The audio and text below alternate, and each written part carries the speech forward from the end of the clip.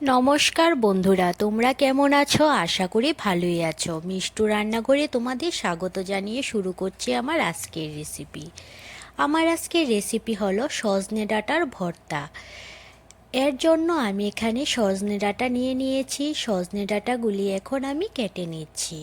এখানে আমি সজনে ডাঁটাগুলি একটা সজনে ডাঁটা আমি 3 টুকরো করে কেটে নিচ্ছি। সজনে ডাঁটার ভর্তা কিভাবে করি তার জন্য তোমরা পুরো ভিডিওটা দেখতে থাকো, তাহলে বুঝতে পারবে কিভাবে আমি সজনে ডাঁটার ভর্তা করছি।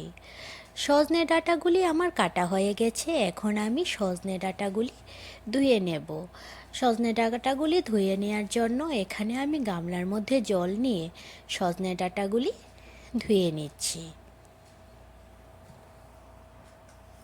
তোমরা অনেকেই হয়তো ভাবে যে সজনে ডাঁটার আবার ভর্তা খাওয়া যায় নাকি।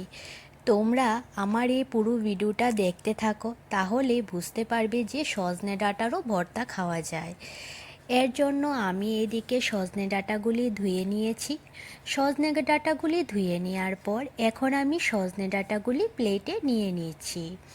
সজনে ডাঁটাগুলি প্লেটে নেওয়ার পর এখন আমি সজনে ডাঁটাগুলিকে সেদ্ধ করে নেব। এর জন্য গ্যাসে একটা কড়াই বসিয়ে দিয়েছি। দিয়ে দিলাম জল।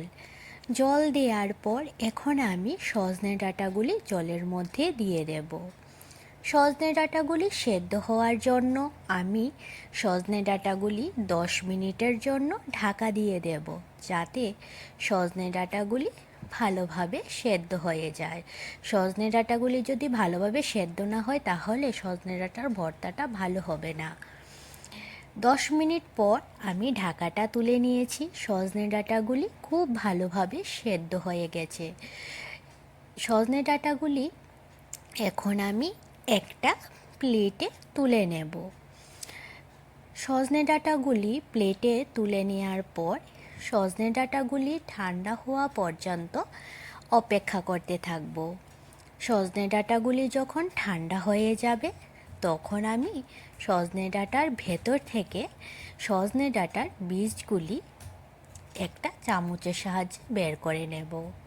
সজনে ডাঁটাগুলি ঠান্ডা হয়ে যাওয়ার পর আমি সজনে ডাঁটার বীজগুলি বের করে নিচ্ছি। সজনে ডাঁটার বীজগুলি এইভাবে চামচ দিয়ে বের করলে খুব ভালোভাবে বের হয়ে যায় আর খুব তাড়াতাড়ি হয়। সজনে ডাঁটার ভর্তাটা করার জন্য আমি সজনে ডাঁটার সবগুলি বীজ বের করে নিচ্ছি। তোমরা তো সজনে ডাঁটা দিয়ে অনেকেই অনেক রকম রেসিপি করে খেয়েছো। সজনে ডাঁটার ভর্তা কে কে খেয়েছো তোমরা অবশ্যই জানাবে। সজনে ডাঁটার বীজগুলি বের করা হয়ে গেছে।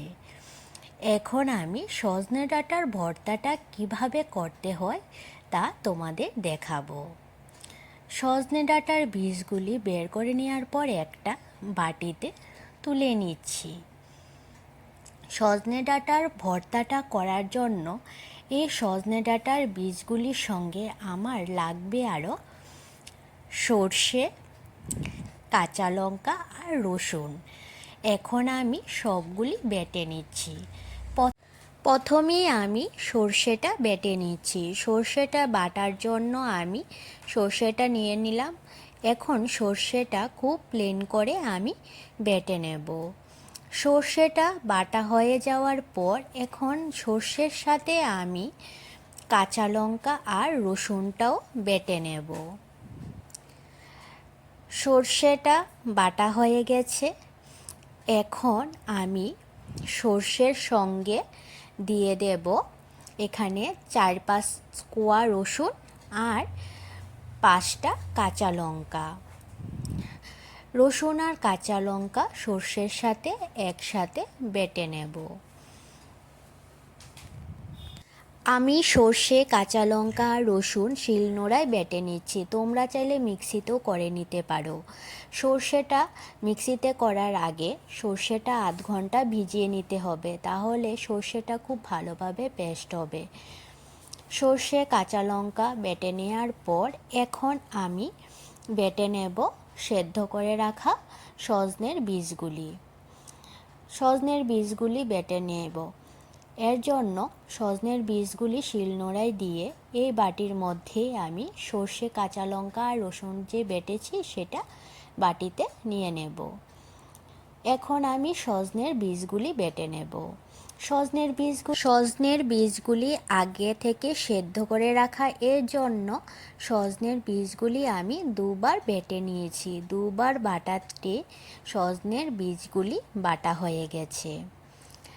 সজনের বীজগুলি বাটার পর এখন আমি যে বাটিতে সর্ষে আর কাঁচা লঙ্কা রসুন বাটাটা নিয়েছি সেই বাটিতে এখন আমি সজনের বীজগুলি যে বেটে নিয়েছি সেই বাটাটা ওই বাটিতে নিয়ে নেব।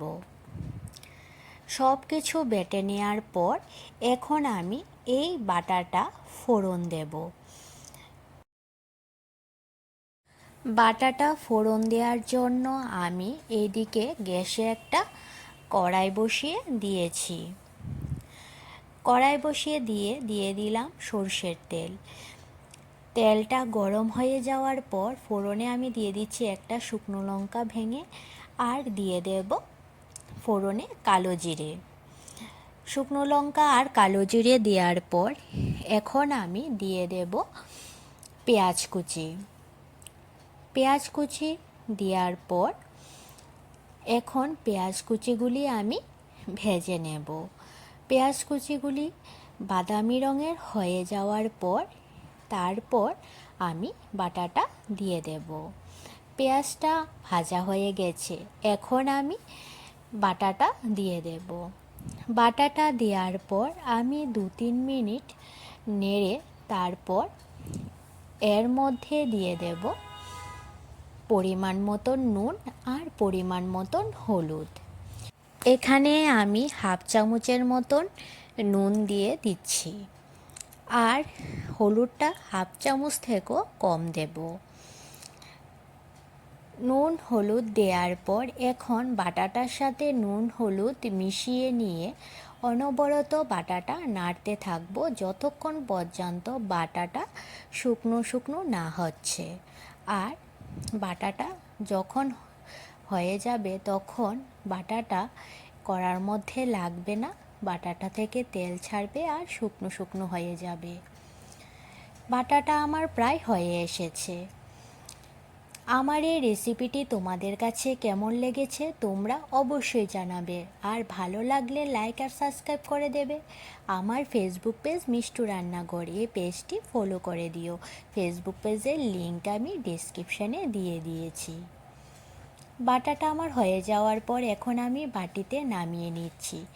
তোমরা এই সজনে ডাঁটার বাটা যারা যারা খাওনি তারা একবার বানিয়ে দেখো, দেখবে খেতে খুব ভালো লাগে।